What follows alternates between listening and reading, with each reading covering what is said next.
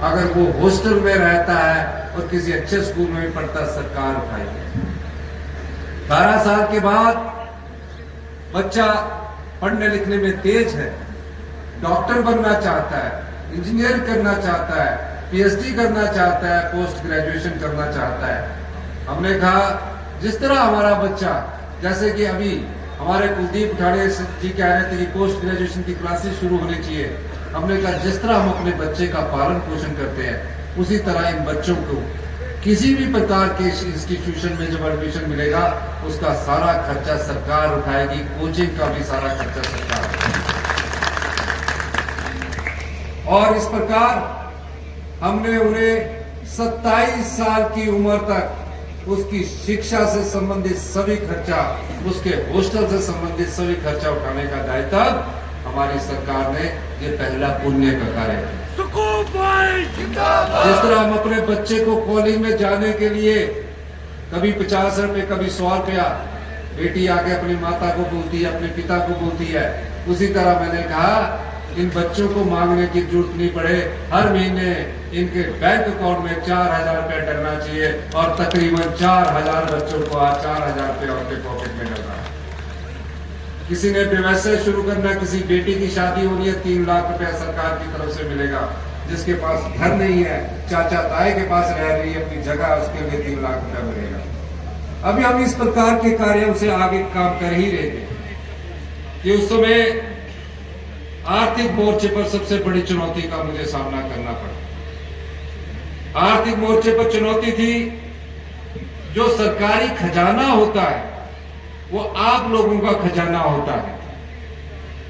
उस खजाने में सरकारी कर्मचारी और अधिकारियों को किस प्रकार वेतन मिले, किस प्रकार दिन प्रतिदिन का खर्चा चले, उसके लिए हमारा सरकारी खजाना खत्म हो चुका है।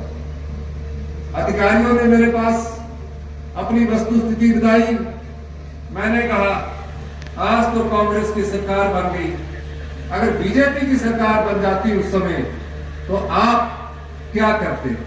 उन्होंने कहा कि तब भी हम कर्जा उठाते हैं, आज भी हम कर्जा उठाते हैं। मैंने कहा अभी कुछ समय के लिए तो आप कर्जा उठाइए, लेकिन इसका मतलब ये नहीं कि हिमाचल प्रदेश कर्जे के बोझ के नीचे दबा है। बैठ के हुई, मैं खुद 1-1 बजे तक सभी अधिकारियों से बैठक करता रहा। जो अधिकारी 5 बजे छुट्टी करके चला जाते थे, 4 बजे छुट्टी करके चला जाते थे, सभी अधिकारी जब तक मैं ऑफिस में रहता था ये निर्देश दिए गए कि आप सब ऑफिस में रहिए। आर्थिक चुनौती को पार करने के लिए हमने दिन रात मेहनत की, हमारे मंत्रिमंडल के सदस्यों ने दिन रात मेहनत की। कैसे हम आगे बढ़े, यहाँ जो मेरे भाषण सुन रहे हैं मैं सबको बताना चाहता हूं, 75 लाख की हमारी जनसंख्या है और जो बच्चा अभी 1 साल का हुआ है उनको सबको मिलाकर 1,02,000 करोड़ रुपए का कर्जा आप पर चढ़ा हुआ है। 90,000 करोड़ रुपए के कर्जे के नीचे जो प्रदेश दबा हो, 10,000 करोड़ रुपए की 6th पे कमीशन की सरकारी कर्मचारियों की देनदारियां हो, उस प्रदेश का विकास का रास्ता कैसे दिखा जाए, ये एक चुनौती थी। उस चुनौती को हमने युद्ध की तरह लड़ा और आज हम धीरे धीरे उसमें सफलता प्राप्त कर रहे हैं। जब हम इस चुनौती का सामना कर रहे थे तो हमने कोई राजनीतिक इच्छा नहीं देखी। हमने कहा 1,36,000 जो सरकारी कर्मचारी हमारे हैं, जो प्रदेश में विकास की गाथा लिख रहे हैं, उन सरकारी कर्मचारियों का बुढ़ापा कैसे सुरक्षित रहे। अगर वो एनपीए में रहते, एनपीएस में रहते तो किसी को 2700 रुपया पेंशन मिलती, किसी को 3200 रुपया पेंशन मिलती।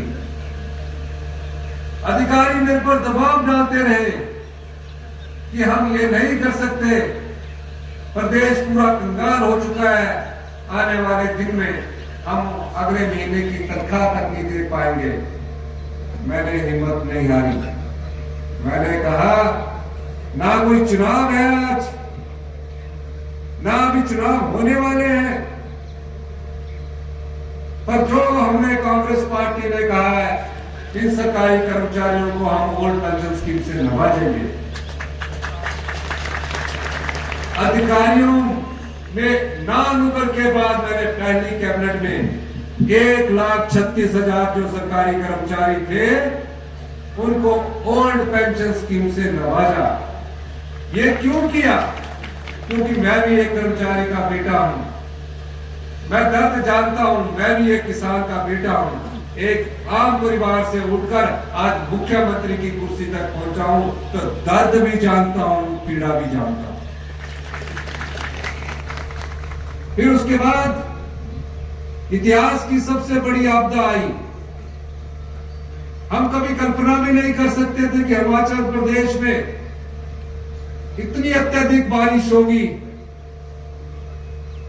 कि कई घर बर्बाद हो जाएंगे। मैं पूरे प्रदेश में गया, मैं अपने विधानसभा क्षेत्र नदौन में था, मुझे खबर आई कि कुल्लू में बाढ़ ने भयंकर तबाही मचाई। मैं रातों रात कुल्लू पहुंचा, वहां मैंने हाल देखा, पूरा कुल्लू जिला बेहाल था। पूरे कुल्लू जिले में ना रोशनी थी, सड़कें टूट चुकी थी, 75,000 पर्यटक हमारे फंसे हुए थे, 15,000 पर्यटकों की गाड़ी फंसी हुई थी। पूरे मंत्रिमंडल के सदस्य मेरे गए, सबकी हमने ड्यूटी लगाई। 48 घंटे के अंदर हमने बिजली दोबारा बहाल की, टेम्पररी रास्ते जोड़े और 75,000 पर्यटकों को उनके घर सुरक्षित वापस पहुंचाया। ये सरकार की संवेदनशीलता थी। फिर बात आई 14 अगस्त को पता लगा पूरे हिमाचल प्रदेश में आजादी के एक दिन पहले बारिश ने भारी तबाही की है। कई घर बह गए, कई लोग हमें छोड़कर चले गए। एक ही दिन में भारी बारिश के कारण इतिहास की सबसे बड़ी 51 मौतें हुई। इस आपदा में 550 लोग अपनी जान गंवा गए। जहां भी जाता था परिवार के लोग रो रो कर ये कहते थे, बड़ी मुश्किल से हमने अपना एक घर बसाया, पाई पाई जोड़ी। मैं ये चीज जानता था क्योंकि 90% हमारे लोग जो है गांव में रहते हैं। सच में पाई पाई जोड़कर एक पक्का घर बनता है, और जब वो पक्का घर एक रात जब उसमें परिवार सोया हो और पता लगे कि अत्यधिक बारिश ने उस घर को भागकर ले जाना है, फटाफट अपने परिवार के साथ अपनी जान बचाई। जिस घर में वो रहते थे वो पूरी तरह घर रह गए, खाने के लाले पड़ गए। 16,000 घरों को नुकसान हुआ। परिवार में छोटे छोटे बच्चे थे जो रो रो के कह रहे थे कि अब हमारी पढ़ाई का हाल क्या होगा। कई माताएं, बुजुर्ग माताएं हमारे कंधे पर रो रो के कह रही थी कि बेटा बड़ी मुश्किल से घर बनाया, अब कैसे हम रहेंगे, कैसे गुजारा करेंगे।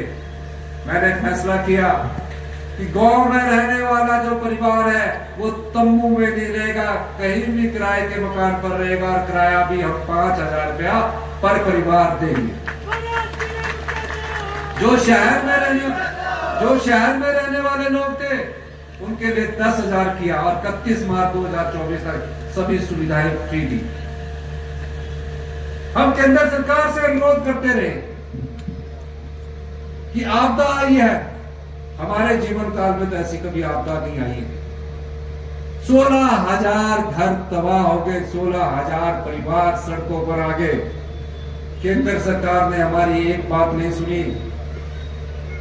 मैं सुबह आपदा प्रभावित क्षेत्रों का दौरा करता था, शाम को आकर अधिकारियों से बैठक करता था। अधिकारी रोना रोते थे, पैसा नहीं है। मैंने कहा इन 16,000 परिवारों को बसाना है। मैं दर्द जानता हूं क्योंकि मैं उन परिवारों के बीच से उठकर मुख्यमंत्री बना हूं। वो कहा कि हम कानून नहीं बदल सकते, हम नियम नहीं बदल सकते, मैंने उस कानून की किताब को अपने पास लाकर रात को घर में पढ़ा। सुबह उठकर मैंने देखा कि कानून में लिखा है, नियमों में लिखा है कि सिर्फ पक्के मकान को सिर्फ 1.5 लाख रुपया मिलेगा।